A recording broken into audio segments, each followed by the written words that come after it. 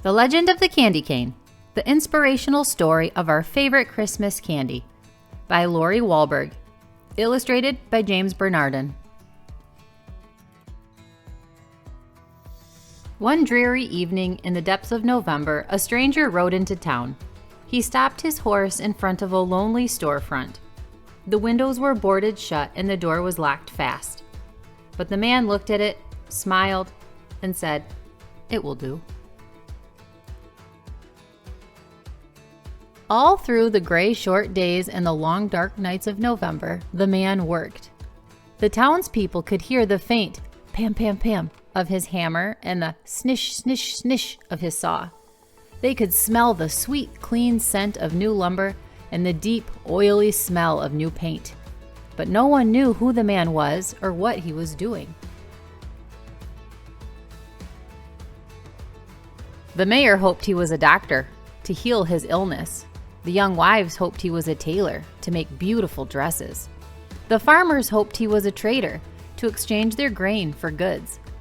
But the children had the strongest, deepest wish of all, a wish they did not tell their parents. A deep, quiet, secret wish that none of them said out loud. No one spoke to the man. No one asked if he needed help. They just waited and watched and wondered and wished. But one small girl watched and wondered, waited and wished longer than she could stand. And one snowy day she knocked at the stranger's door. "Hello," she said. "My name is Lucy.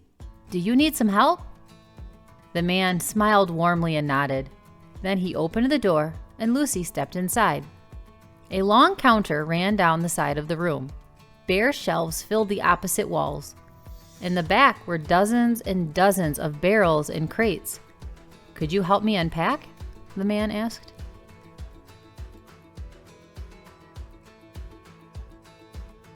Lucy's heart sank at the sight of all the boxes. What if they were only barrels of nails and bags of flour? But she removed her dripping boots and hung her coat on a peg. On stocking feet, she crossed the rough wooden floor and knelt beside a crate. "Please, open it," the man urged. Slowly, Lucy put her hand into the box and pulled out an object wrapped in tissue. Round and heavy, it almost slipped through her fingers. Lucy trembled a little as she unwrapped it.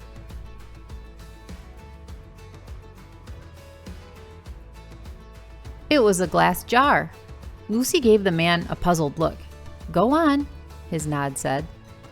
So she unpacked another glass jar, and another, until she was completely surrounded by jars of all shapes and sizes, tall and thin, round and squat, jars with lids and jars without. "Now," the man said, "for something to put inside." And he pulled over a huge crate stamped with a strange word.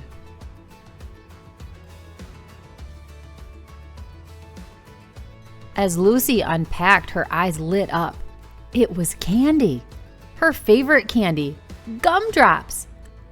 "Try some," the man said. She popped one in her mouth.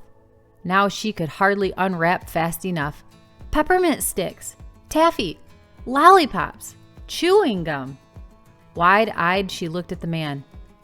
"We wished," Lucy said. "Yes, I know," said the man, "and here it is. Welcome to Sonneman's Candy Store. I am John Sonneman."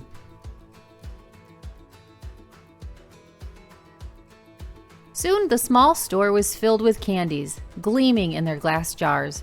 Raspberry suckers and tiny lemon drops, brightly colored jawbreakers and long tangles of licorice, pink and white peppermints for church and butterscotch balls for company.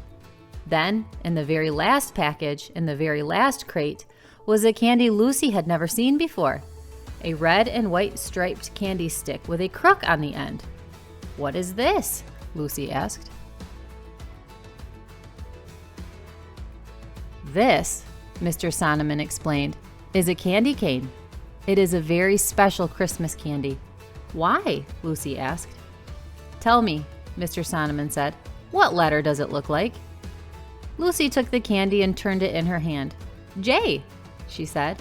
"Yes," Mr. Sonneman smiled. J for Jesus, who was born on Christmas Day.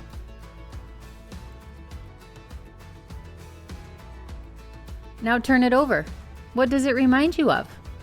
Lucy turned the candy in her hand. She peered down intently. I know, she said finally. It's like a shepherd's staff. Who were the first to find out about Jesus' birth? Mr. Sonneman asked. Shepherds in the field, Lucy answered, watching over their flocks by night.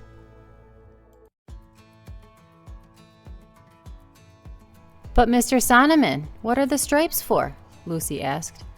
The man's eyes grew sad. The prophet Isaiah said, by his stripes we are healed. Before he died on the cross, Jesus was whipped. He bled terribly. The red reminds us of his suffering and his blood.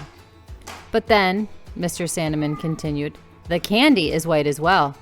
When we give our lives to Jesus, his blood washes away our sins, making us white and pure as snow. That, he said, is the story of the candy cane. Is it a secret? Lucy asked. Mr. Sonneman looked at her for a long moment. It's a story that needs to be told, he said. Will you help me share it?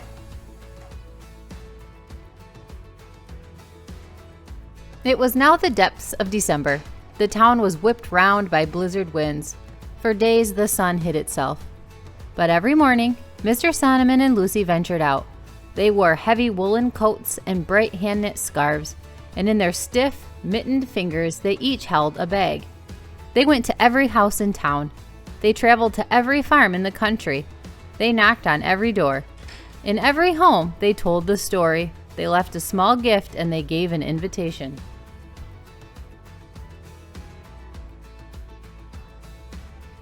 On the afternoon of Christmas Eve, the sun finally broke through the clouds, and Sonneman's candy store officially opened. The mayor came, feeling better than he'd felt in days.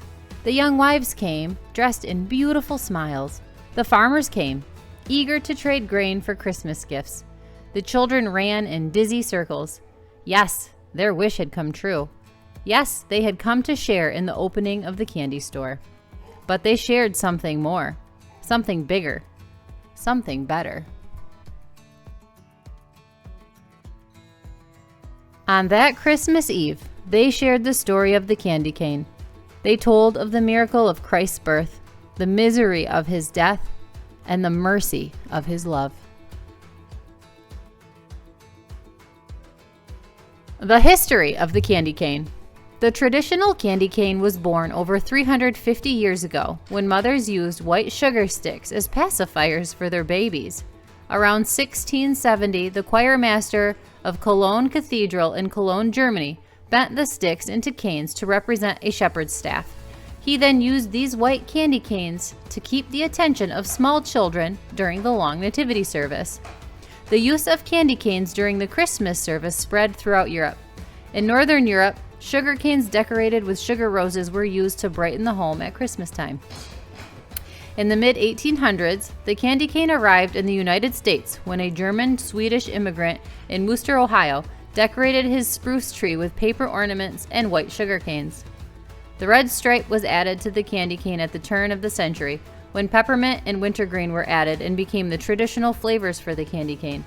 Some sources say that a candy maker in Indiana developed the candy cane as a witness of Christ's love. While we may never know the full history of the candy cane, we can share in the truth behind its symbol, the truth of Christ's birth and redemption, and the gift of his love. Thank you for reading along with me. If you liked this book, please subscribe to my channel to check out my other wholesome books, as I work to redeem screen time for my children and for your children.